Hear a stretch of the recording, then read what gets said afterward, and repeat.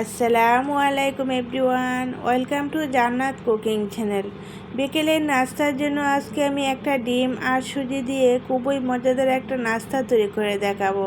এই নাস্তাকে আপনারা সুজির পিঠা অথবা ডিমের পিঠাও বলতে পারেন। বিকেলের চায়ের সাথে এগুলো খেতে কিন্তু দারুণ লাগবে। একদমই সহজ তৈরি করা, মাত্র 10 মিনিটে তৈরি করে নেওয়া যাবে। একটা ডিম দিয়ে কিন্তু বেশ অনেকগুলো পিঠা তৈরি করে নেওয়া যাবে। আশা করছি আমার আজকের রেসিপিটা আপনাদের কাছে অনেক বেশি ভালো লাগবে এবং সহজও লাগবে। পিঠা তৈরি করে নেওয়ার জন্য মিক্সিং বলে নিয়েছি আমি একটি নর্মাল তাপমাত্রার ডিম। ডিমটা অবশ্যই নর্মাল তাপমাত্রা নিতে চেষ্টা করবেন। মিষ্টির জন্য দিয়ে দিচ্ছি হাফ কাপ চিনি। হাফ কাপ চিনি দিয়ে খুব সুন্দর একটা মিষ্টি হবে, যে কেউ খেতে পারবে, কোনো সমস্যা হবে না।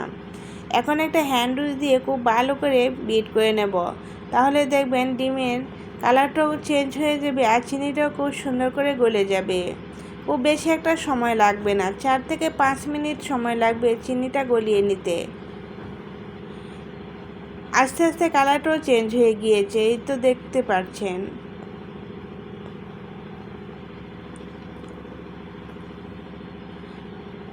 চিনিটা খুব সুন্দর করে গলে গিয়েছে আর ডিমের কালারটাও চেঞ্জ হয়ে গিয়েছে।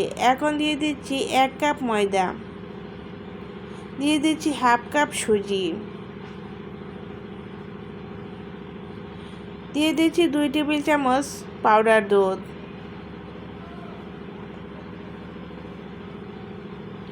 দিয়ে দিচ্ছি হাফ চা চামচ লবণ।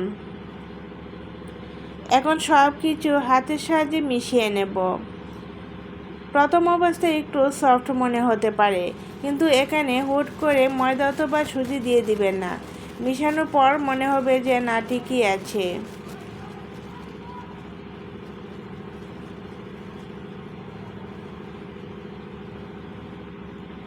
সব কিছু মিশিয়ে একটা শক্ত ডো তৈরি করে নিতে হবে। আর প্রথম অবস্থায় খুব যে একটা শক্ত হবে তা কিন্তু নয়, প্রথম অবস্থায় একটু সফট করে ডোটা তৈরি করে নিতে হবে। তারপর ডোটা যখন রেস্টে রেখে দিবেন, দেখবেন আরও অনেকটাই শক্ত হয়ে যাবে সুজিগুলো পানি টেনে নিয়ে। সুজিটা যখন ফুলে উঠবে তখন দেখবেন এই ডোটা আরও অনেকটাই শক্ত হয়ে যাবে। এই তো আমার ডোটা রেডি হয়ে গিয়েছে। এখন আমি সম্পূর্ণ ডোটা একটা ঢাকনা দিয়ে ঢেকে 10 থেকে 15 মিনিটের জন্য রেস্টে রেখে দেব। ফিরে এলাম 10 মিনিট পর। 10 মিনিট পর দেখেন ডোটা আরও অনেকটাই শক্ত হয়ে গিয়েছে। এখন হাতে একটু তেল লাগিয়ে নিয়েছি।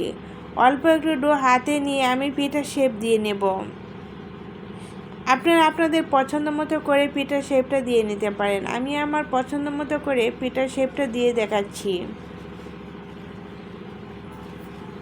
দুই পাশে একটু লম্বা করে, তারপর মাঝে একটু মোটা করে রেখেছি। এভাবে আমি সবগুলো পিঠা বানিয়ে নেব। আর বানিয়ে সাথে সাথে তেলের মধ্যে দিয়ে দিতে হবে। পিঠাগুলো ভেজে নেওয়ার জন্য চুলায় একটি প্যান বসিয়ে পর্যাপ্ত পরিমাণ তেল দিয়ে তেলটা হালকা গরম করে নিয়েছি। খুব বেশি গরম তেলের মধ্যে পিঠাগুলো দেওয়া যাবে না। এক এক করে সবগুলো পিঠা বানিয়ে আমি তেলের মধ্যে দিয়ে দিয়েছি আর চুলার আঁচটা অল্পতে রেখে দিয়েছি। অল্প আঁচে এই পিঠাগুলো ভেজে নিতে হবে।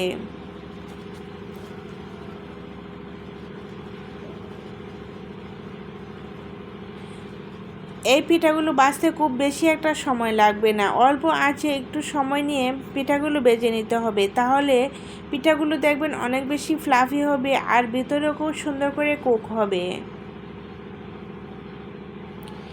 যে পিঠাগুলো খুব সুন্দর করে হয়ে গিয়েছে আমি সেই পিঠাগুলো আগেই উঠিয়ে নিচ্ছি, না হলে দেখবেন পিঠার কালারটা চেঞ্জ হয়ে যাবে আর দেখতে ভালো লাগবে না। যে পিঠাগুলো আমি আগে দিয়েছিলাম সেই পিঠাগুলো কিন্তু আগেই রেডি হয়ে গিয়েছে। দেখেন খুব সুন্দর করে কুক হয়েছে। এখন বাকি পিঠাগুলো নাড়াচাড়া করে ভেজে নেব। আর নাড়াচাড়া করে ভেজে নিলে দেখবেন সব দিক দিয়ে খুব সুন্দর একটা কালার আসবে। এই তো দেখেন আমার সবগুলো পিঠা খুব সুন্দর করে ভাজা হয়ে গিয়েছে। এখন তেল জড়িয়ে চুলা থেকে পিঠাগুলো নামিয়ে নিচ্ছি।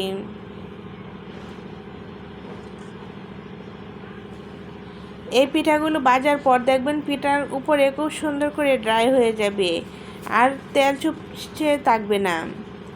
অনেকজনই আছে যে পিঠা খেতে চায় না, উপরে তেল চুপচুপে এর জন্য, কিন্তু এই পিঠাগুলো এরকম না। উপরে দেখবেন খুব সুন্দর করে ড্রাই হয়ে যাবে, পিঠার মধ্যে একটুও তেল থাকবে না। এই যে দেখেন মাশাআল্লাহ কত সুন্দর হয়েছে পিঠাগুলো। আশা করছি সকলের কাছে অনেক বেশি ভালো লেগেছে আমার আজকের এই সহজ রেসিপিটা ভালো লেগে থাকলে একটা লাইক দিতে ভুলবেন না। আর রেসিপি সম্বন্ধে কোনো কোয়েশ্চন থাকলে কমেন্টে জানাতে পারেন।